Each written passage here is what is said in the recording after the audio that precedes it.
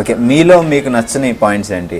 ఎప్పుడన్నా ఇది ఒక్కటి నాకు ఉండకూడదు అంటే మీలో ఉన్న నెగిటివ్ పాయింట్స్ మీకు? నాలో ఉన్న నెగిటివ్ పెద్దగా నాకు నెగిటివ్ పాయింట్స్ ఏం తెలియదండి. అంటే ఫస్ట్ నాకు నేను ఇష్టం అంటే నేను ఏం చేసినా నాకు ఇష్టం అన్నట్టు అదే చేస్తాం కదా. మీరు ఎలా ఉన్నావు ఇష్టం? అంటే నేను ఎలా ఉండాలో అలా ఉండడం నాకు ఇష్టం.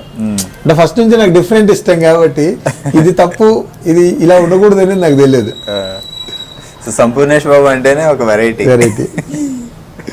ఓకే సార్, హృదయ కాళీనం లాంటి ఒక సక్సెస్ఫుల్ మూవీతో మీరు ఇంట్రో ఇచ్చారు. అండ్ ఈ సినిమాకి మీరు స్టీవెన్ శంకర్ గారు ఇద్దరు వర్క్ చేస్తారు. మళ్ళీ మీ ఇద్దరు కాంబినేషన్ అంటే ఇప్పుడు కొబ్బరిమట్ట జరుగుతుందండి. దీనికి డైరెక్టర్ వచ్చేసి రూపక్ రోనాల్, కథ స్క్రీన్ ప్లే మాటలు అంతా స్టీవెన్ శంకర్ అండి. స్టీవెన్ శంకర్ మాటలు మళ్ళీ పేలుతాయి అలాగే. ఓకే సార్, సింగం గురించి మాట్లాడుకుందాం. సింగం 1, 2, 3.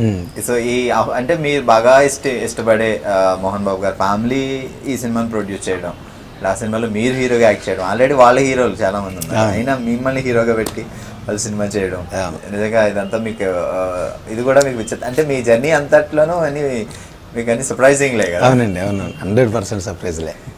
సో ఈ సినిమా చేస్తున్నప్పుడు చాలా హ్యాపీ ఫీల్ అయ్యా.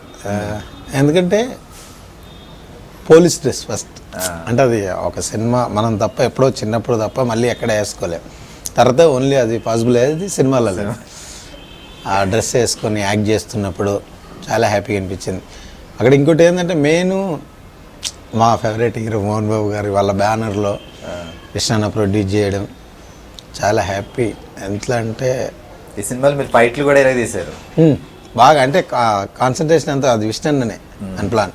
ఫైట్స్ హెవీగా ఉండాలి, బాగుండాలి అన్నీ చాలా హ్యాపీ అనిపించిందండి ఆ సినిమా చేయడం.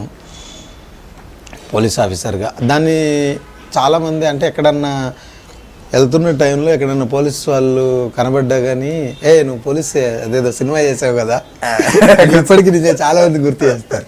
దాని తర్వాత పోలీస్ డిపార్ట్మెంట్లో చాలామంది ఎక్కడ కనబడ్డా పలకరించి మీరు ఏదో పోలీస్ సినిమా చేశారు కదా సార్ అని దాని ద్వారా వాల్యూస్ బాగా చూపించారు కాబట్టి వాళ్ళకి కూడా కనెక్ట్ అయిపోయినట్టు. సో మీ అసలు సంపు గారి సినిమాలు అనగానే మీ డైలాగ్స్, మీ యాక్టింగ్, మీ డాన్స్ వీటి కోసం జనాలు బాగా ఎగబడుతుంటారు. మీ డైలాగ్స్ అయితే మరీ పాపులర్. సో సింగం 1, 2, 3లో కూడా డైలాగ్స్ సూపర్ ఉంటాయి సార్. అందులో ఒక డైలాగ్, ప్రెషర్ పెడితే లొంగిపోవడానికి ప్రెషర్ కుక్కర్లో పప్పును కాదు గ్యాస్ స్టవ్ మీద నిప్పును. సో ఎక్కువగా అంటే డైలాగ్ కింగ్ అని మోహన్ బాబు గారిని అంటారు. సో ఆయన డైలాగులు బాగా పేలుతాయి కాబట్టి సంపు గారు కూడా డైలాగులు కూడా బాగా పేలుతాయి, జనాలు బాగా చెప్పి అనుకోవడం. సో మోహన్ బాబు గారు మీకు బాగా ఇష్టం కాబట్టి ఆయన డైలాగులు ఏమైనా గుర్తున్నాయి సార్? గుర్తున్నాయండి. అంటే మామూలుగా తల్లి చెల్లి గల్లీలు సిల్లిన కొడుకును సందులు సరవయ్య బంధులు గురవయ్య ఎవడైతే నాకేంటి. నిజంగా ఇలాంటి డైలాగ్ ఆయన చెప్తే వినాలనిపిస్తుంది అని మీరు చెప్తే వినాలనిపిస్తుంది సినిమాలో. సో ఇప్పుడు అయితే ఇంకంతా కాన్సన్ట్రేషన్ అంతా కొబ్బరిమంట. సో సంపూర్ణేష్ బాబు గురించి మేము సినిమాల్లో చూస్తాం అండ్ ఇప్పుడు ఇలా మాట్లాడుకుంటున్నాం అండ్ మీరు చాలా కూల్. సో మీ గురించి తెలియని విషయం ఏమన్నా మాకు చెప్పమంటే ఏం చెప్తారు? ఎవరికి తెలియదు ఇప్పుడు వరకు అలాంటిది ఒకటి. అలాంటి సీక్రెట్స్ ఏమి లేవండి, తెలియదు. అంటే మీ గురించి మా ఎవరికి తెలియని ఏదన్నా ఒకటి మా చెప్పమంటే ఏం చెప్తారు? ఏముందండి, ఏమీ లేదు. తెలియని విషయాలు అంటే ఏమీ లేవండి.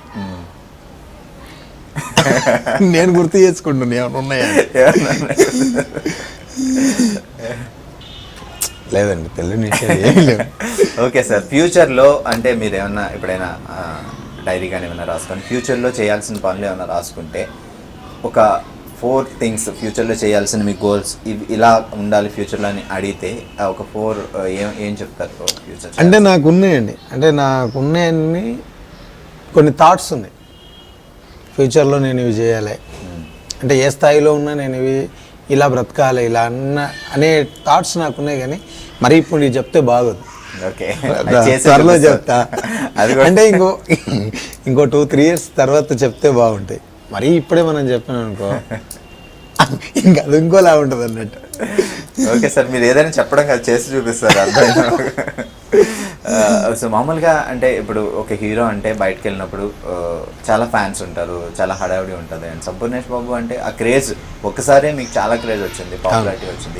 సో ఫ్యాన్స్లో వెళ్తున్నప్పుడు వాళ్ళ గోలలో వాళ్ళ అరుపులు ఎలా ఉంటుంది బయట, మీరు పబ్లిక్ వెళ్ళినప్పుడు కానీ బయట కానీ?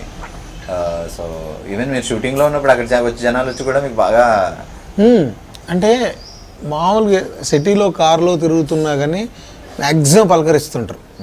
ఇంకా సాయంత్రం టైము పొద్దున్న టైము అయితే పిల్లల స్కూల్ బస్సులు కాలేజ్ బస్సులు వెళ్తే కానీ ఇంకా వాళ్ళు సంపు అని గోల చేస్తారు. అంటే ఎక్సైట్మెంట్ నిజంగా గాడ్ గిఫ్ట్ అండి. ఎందుకంటే అంత చిన్న పిల్లలు గుర్తుపెట్టడం, ఎక్కడికైనా ఫంక్షన్కి వెళ్ళినా ఫస్టే పిల్లలు రావడం. ఇప్పుడు పెద్దవాళ్ళు వచ్చారంటే ఆగండి అయ్యాని కాసేపు చెప్పచ్చు, అంతా పిల్లలే వచ్చేసి సంపు గారు సంపు అంటే వాళ్ళు సంపు అనేది మాకు బాగా కావాల్సిన వ్యక్తి, మా ఇంటి మనిషి లాగా పిల్లల్లో కనెక్ట్ అయిపోయింది. నిజంగా అది అదృష్టంగా కనెక్ట్ అవడం అంటే అంత అదృష్టంగానే నిజంగా అది మీకే చెల్లింది. అవును.